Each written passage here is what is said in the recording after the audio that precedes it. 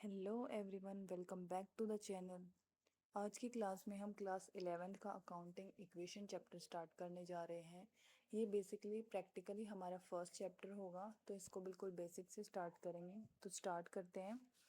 देखिए, accounting equation तो जो भी चैप्टर्स होता है, चैप्टर के नाम के अंदर ही उसका मीनिंग छुपा हुआ होता है। अब देखिए, अकाउंटिंग इक्वेशन, अकाउंटिंग का मतलब क्या होता है? अकाउंटिंग के अंदर हम क्या करते हैं?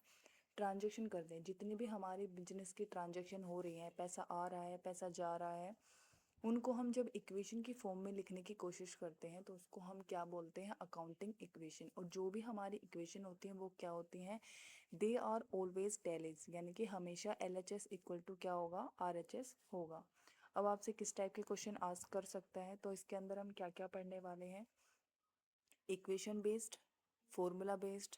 थर्ड हम पढ़ेंगे इसके अंदर टी शेप अकाउंटिंग क्या होती है। फोर्थ हम पढ़ेंगे एग्जाम्पल बेस्ड। तो वन बाय वन हम डिस्कस करते हैं। फर्स्ट हम पढ़ते हैं इक्वेशन बेस्ड अकाउंटिंग क्या होती है। तो इक्वेशन बेस्ड अकाउंटिंग, तो इसके अंदर हम 3 पॉइंट बेसिकली रीड आउट करते हैं। फर्स्ट है हमारा बेसिक अकाउंटिंग इक्वेशन। तो बेसिक अकाउंटिंग इक्वेशन क्या होती है हमारी? असेट्स इज इक्वल टू क्या होता है हमारा? लाइबिलिटी। सेकंड है every transaction will have minimum two impact, यानी कि हर एक ट्रांजेक्शन की क्या होते हैं? मिनिमम टू इम्पैक्ट होते हैं। अब टू इम्पैक्ट से मतलब क्या हुआ? मान लीजिए मैंने फर्नीचर परचेज किया कैश के अंदर, तो मेरे पास फर्नीचर आया, किसी के पास कैश गया। तो हमेशा जो भी हमारी ट्रांजेक्शन उसके होती है उसके मिनिमम टू इम्पैक्ट होते हैं। आगे देखिए, थर्ड है हमारे पास जितने भी हमारे एक्सपेंसेस होते हैं, लॉसेस होते हैं, यानी कि जो भी हमारे खर्चे होते हैं उनको हम क्या करते हैं? कैपिटल के अंदर से माइनस करते हैं। और जितनी भी हमारी इनकम्स होती हैं, गेन होती हैं, उनको हम कैपिटल के अंदर क्या करते हैं? ऐड ऑन करते हैं। अब आगे देखिए, बेसिक अकाउंटिंग इक्वेशन को समझने के लिए सबसे पहले आपको बैलेंस शीट को समझना होगा। तो बेसिकली जो हमारी बैलेंस शीट है वो क्या होती है? बैलेंस शीट है किसी भी बिजनेस की नेट वर्थ को शो करती है, यानी कि उसकी नेट वर्थ क्या है। तो राइट साइड हम असेट्स शो करते हैं एंड लेफ्ट हैंड साइड हम क्या करते हैं? लायबिलिटीज शो करते हैं। तो चलिए देखते हैं। मान लीजिए मैंने कोई बिजनेस स्टार्ट करा, मैंने उसमें कैश लगाया, फर्नीचर लगाया, स्टॉक लगाया। ये तीनों चीज़ें लगा के मैंने क्या करा? अपना बिजनेस स्टार्ट किया। तो मेरे पास मैंने कितनी कैपिटल लगा के बिजनेस को स्टार्ट किया? 20 लाख। तो मेरी 20 लाख की लाइबिलिटी हो जाएगी। अब आप बोलोगे कि कैपिटल हमारी लाइबिलिटी के इंक्लूड होता है, तो जी हाँ, कैपिटल हमारी लाइबिलिटी होती है। क्यों होती है लाइबिलिटी? मान लीजिए मैं बिजनेस हूँ और आप ओनर हैं, आपने मेरी तरफ कुछ पैसा लगाया, तो जब आप बिजनेस को क्लोज करोगे तो आप इन असेट्स को विड्रॉ करोगे। तो जो हमारी कैपिटल होती है वो क्या होती है? हमारी लाइबिलिटी होती है। अब आगे देखिए, मैंने क्या किया? लैंड एंड बिल्डिंग को परचेज किया जिसकी वैल्यू थी 20 लाख रुपीज़। अब ये मेरे पास कैश में अमाउंट नहीं थी, तो मैंने क्या किया? बैंक से लोन ले लिया 20 लाख का। तो 20 लाख जो हमारा है बैंक लोन लिया मैंने, ये हमारी क्या होगी? लाइबिलिटी होगी। उसके बाद मैंने क्या किया? 30 लाख की प्लांट एंड मशीनरी परचेज करी। अब 30 लाख में से क्या था? 15 लाख तो मेरे पास कैश था, तो मैंने कैपिटल के अंदर उसको ऐड ऑन कर दिया। एंड 15 लाख मेरे पास नहीं था, तो मैंने लोन लिया। ये हमारी क्या हो गई? लाइबिलिटी हो गई। तो मैंने इसको बैंक लोन के अंदर शो किया। तो देखिए यहाँ पे हमारा टोटल बैठता है 70 लाख, 70 लाख दोनों साइड। आगे देखते हैं। नेक्स्ट है हमारे पास फॉर्मूला बेस्ड क्वेश्चन। तो देखिए, जो फॉर्मूला बेस्ड क्वेश्चन होते हैं ये एक तरीके से बोनस का काम करते हैं, यानी कि यहाँ पे हमने क्या है? डायरेक्ट हमें फॉर्मूला पता होना चाहिए और अप्लाई करके हम सीधा आंसर निकाल सकते हैं। तो फर्स्ट हमने पढ़ा बेसिक अकाउंटिंग इक्वेशन में ही, तो हमारे जो असेट्स हैं, असेट्स इज इक्वल टू क्या होता है हमारा? लाइबिलिटी प्लस कैपिटल होता है। अब मैं सेकंड आपसे पूछती हूँ कि इसी फॉर्मूले से मुझे कैपिटल बताइए। तो हम कैपिटल कैसे निकालेंगे इस फॉर्मूले के अंदर से? लाइबिलिटीज़ को हम असेट्स की साइड लेके जाएंगे, तो असेट्स माइनस लाइबिलिटीज़ हो जाएगा। ये हमारा कैपिटल का फॉर्मूला आ गया। कैपिटल को हम अनदर नेम से भी बोलते हैं, इसके बहुत सारे नाम नेम होते हैं, जैसे नेटवर्थ हो गया, इक्विटी लिखा आ जाए, तो ये भी क्या होते हैं? हमारे कैपिटल के नाम होते हैं। थर्ड फॉर्मूला आता है हमारे पास प्रॉफिट एंड लॉस।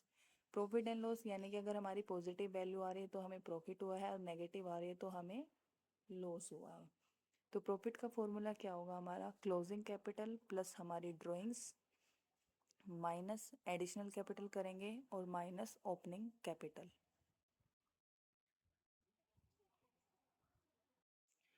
अब देखिए, आगे हम बात करते हैं कि अब आप बोलोगे कि ये फॉर्मूला डेराइव कहाँ से हुआ। तो देखिए, इसको समझते हैं हम एक एग्जांपल की हेल्प से। फॉर एग्जांपल, हमने एक कोई बिजनेस स्टार्ट किया जिसमें हमने कैपिटल लगाई 2 लाख रुपीज़।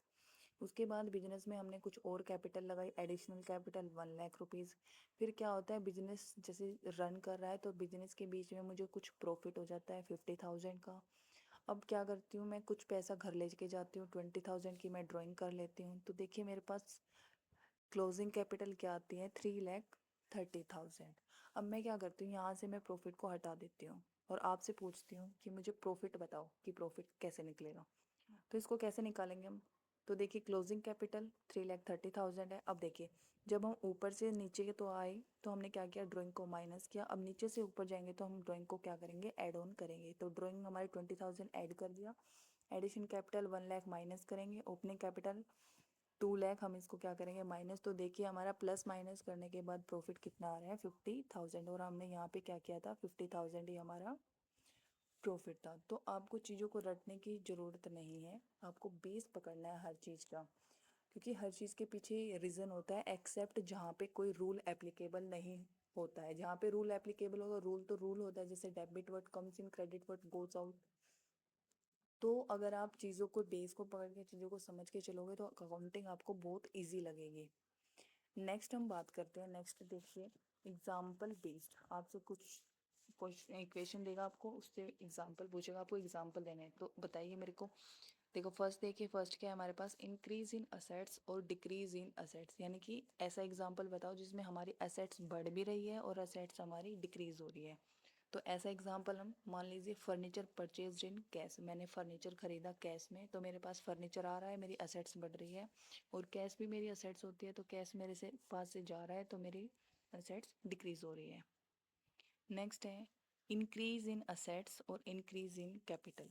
मान लीजिए कमीशन रिसीव हुआ तो मेरी असेट्स इंक्रीज हो रही है और कैपिटल भी बढ़ रही है मेरी। थर्ड है हमारे पास decrease in assets and decrease in capital. Rent pay किया हमने, सैलरी पे की, तो ये क्या हो रहा है हमारा, असेट्स के अंदर हमारा डिक्रीज हो रहा है और कैपिटल भी कम हो रही है हमारी। फोर्थ है हमारे पास increase in assets and increase in liability. यानी कि हमारी असेट्स बढ़ रही है और हमारी लाइबिलिटी भी साथ के साथ बढ़ रही है। ऐसा क्या एग्जाम्पल होगा, मान लीजिए हमने गुड्स परचेज करे क्रेडिट पे, तो हमारे पास गुड्स आ रहे हैं, हमारी एसेट्स बढ़ रही है, और क्रेडिट बेसिस पे पेमेंट हमने अभी तक की नहीं है, इन फ्यूचर करेंगे, तो ये हमारे लिए क्या हुआ, लाइबिलिटी हुआ। अब देखिए कुछ एग्जाम्पल को सोल्व करके देखते हैं, आपको और क्लैरिटी होगी। फर्स्ट क्वेश्चन है हमारा, बिजनेस की कैपिटल है हमारे पास 2 लाख और लाइबिलिटी हमारे पास 50,000। हमें कैलकुलेट करना है टोटल एसेट्स। तो हमने एसेट्स का फॉर्मूला पढ़ा था, एसेट्स इक्वल टू क्या होता है हमारा, कैपिटल प्लस लाइबिलिटी। तो कैपिटल गिवन है, लाइबिलिटी गिवन है, ऐड ऑन कर देंगे तो 2,50,000 हमारा आंसर आ जाएगा। नेक्स्ट है हमारे पास टोटल असेट्स बिजनेस की गिवन हमें 3 लाख और हमें नेट वर्थ दे रखा है। मैंने आपको पीछे बताया था कि कैपिटल को हम नेट वर्थ इक्विटी लिखा आ जाए तो ये भी कैपिटल के ही नाम होते हैं। हमें कैपिटल गिवन है 1,50,000 और हमें क्या बताना है, क्रेडिटर्स। जो क्रेडिटर्स होते हैं ये भी हमारी क्या होती है, लाइबिलिटी होती है। तो assets minus liability equal to capital हो जाएगा। असेट्स गिवन है हमें 3 लाख एंड हमारी जो कैपिटल है 1,50,000, तो क्रेडिटर्स हमारे कितने आ जाएंगे, 1,50,000। अब थर्ड क्वेश्चन मैं आपको होमवर्क के लिए दे रही हूँ, ये आप मेरे को कमेंट सेक्शन में आंसर करेंगे इसका। आई होप आपको वीडियो अच्छी लगी होगी। नेक्स्ट क्लास में हम टी शेप अकाउंटिंग को पढ़ेंगे। एक ही क्लास में करने से थोड़ा लेंदी हो जाएगा, तो आपके कंसेप्ट क्लियर होने बहुत ज़रूरी हैं, क्योंकि ये फर्स्ट प्रैक्टिकल चैप्टर है। अगर आपके कंसेप्ट क्लियर नहीं होंगे तो आपको आगे जाके प्रॉब्लम होगी। तो नेक्स्ट क्लास में हम करेंगे टी शेप अकाउंटिंग। आप क्वेश्चन नंबर थर्ड का आंसर मेरे को कमेंट सेक्शन में करके बताएंगे।